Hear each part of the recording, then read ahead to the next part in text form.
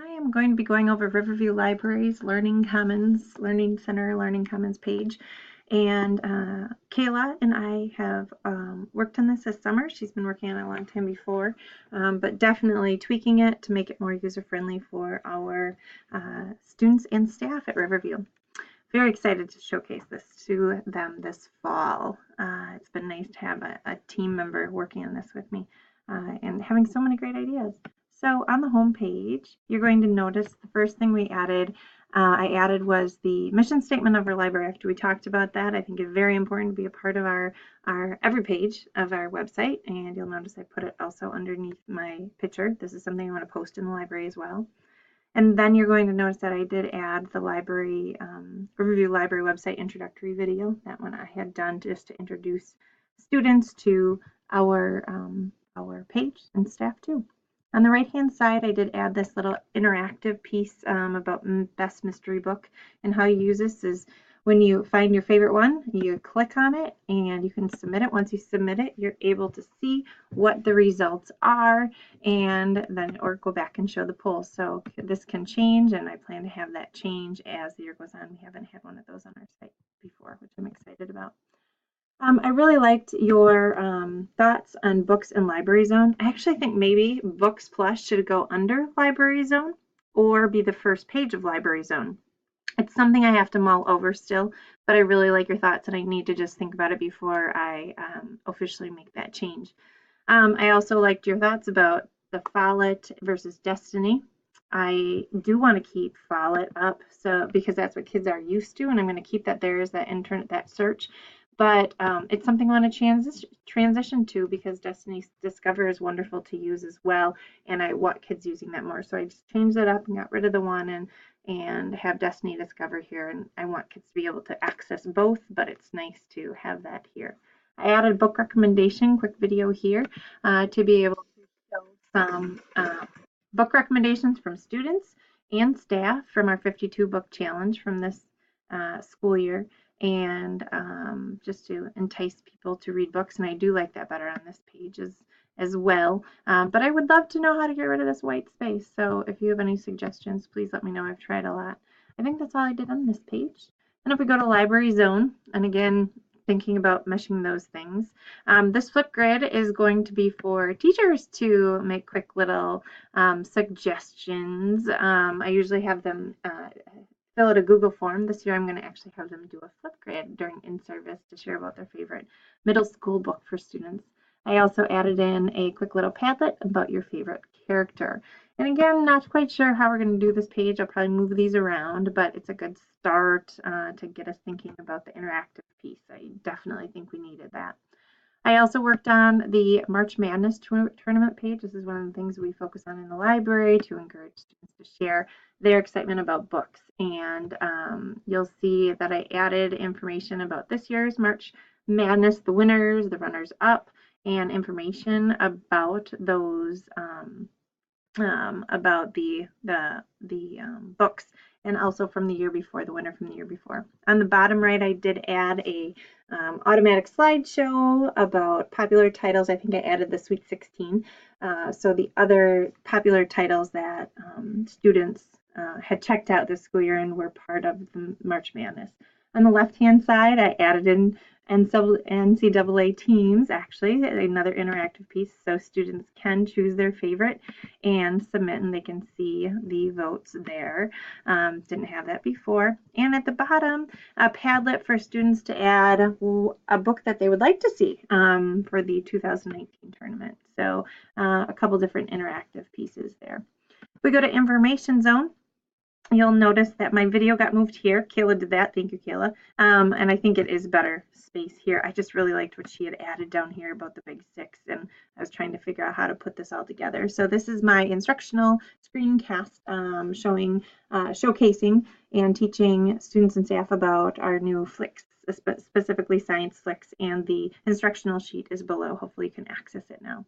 Another big change that Kayla and I were talking about this year is adding in those knowledge building zones.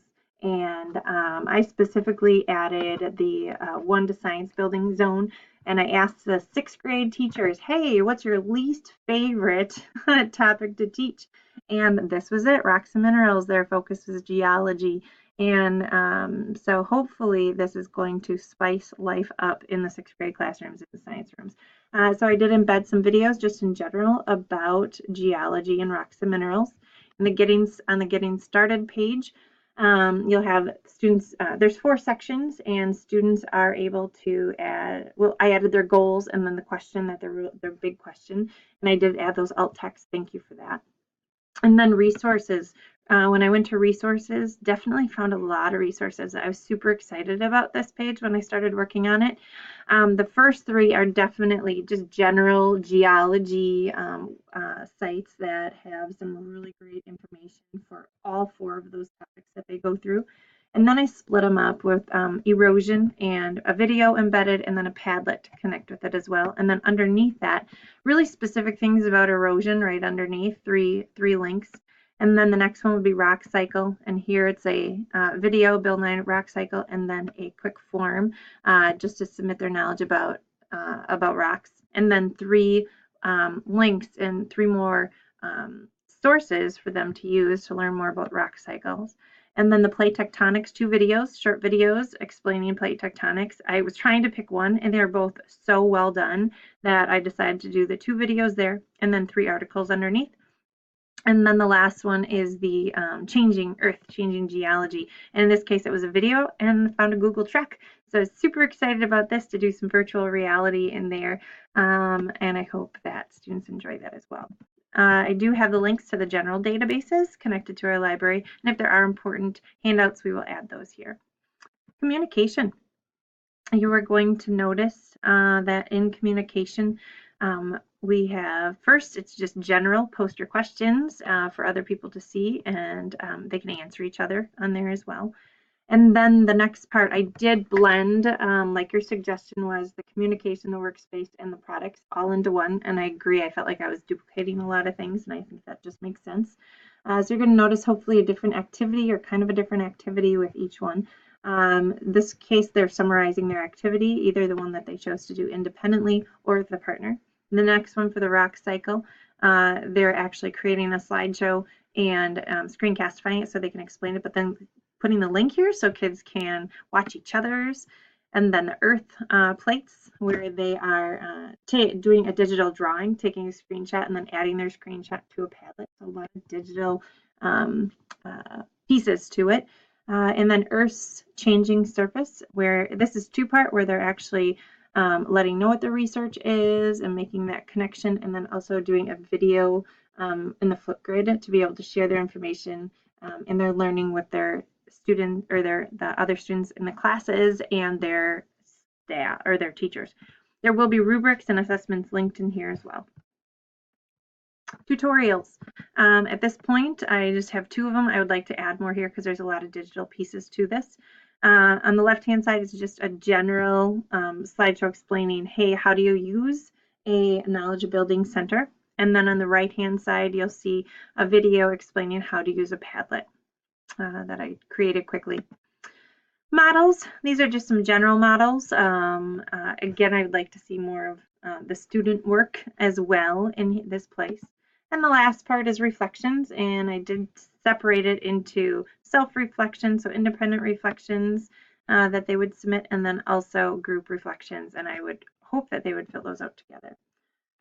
Back to the main webpage. The other one that I've added to, and I'm just starting to dabble in the Encore one, and hopefully this link is working now. This is me. Something I've really wanted to do is, library is a place where, you know, we all are different, but I want them to feel that being different is who they are, and they need to celebrate that. And sometimes that's really hard in middle school, especially when you're trying to find people that are like you. And this site, that's my goal, is to have people find resources that could help them just be accepting of who they are. And I still have a lot to go on this website, but it's the idea is at least there. So again, mindfulness, there's an article there, and then also an embedded video. I would like to add, this is just an article right now, but I'd like to add other interactive pieces. I'd like to add book suggestions, other resources. The one about alone is focusing on shyness, how you can accept your truth, who you are, accepting your shyness, but also ways that you can break out of it. The paying attention one, an article about ADHD, being healthy, friends, just different articles. Again, this is totally in the starting moments, but it's something I want to build on. Then we go back to our main page and exploration zone, Kayla did. And then coding zone, we had a coding club this last year. We started in December during the Hour of Code Week, and I used Google Classroom with the students. They were part of the class. So I wanted to be able to link some of those resources. So I have some of the general resources for coding on this page with some videos, instructions about Scratch and different ways to use coding zones, and of course other linked articles and the Hour of Code link. And of course when it is this year, our celebration.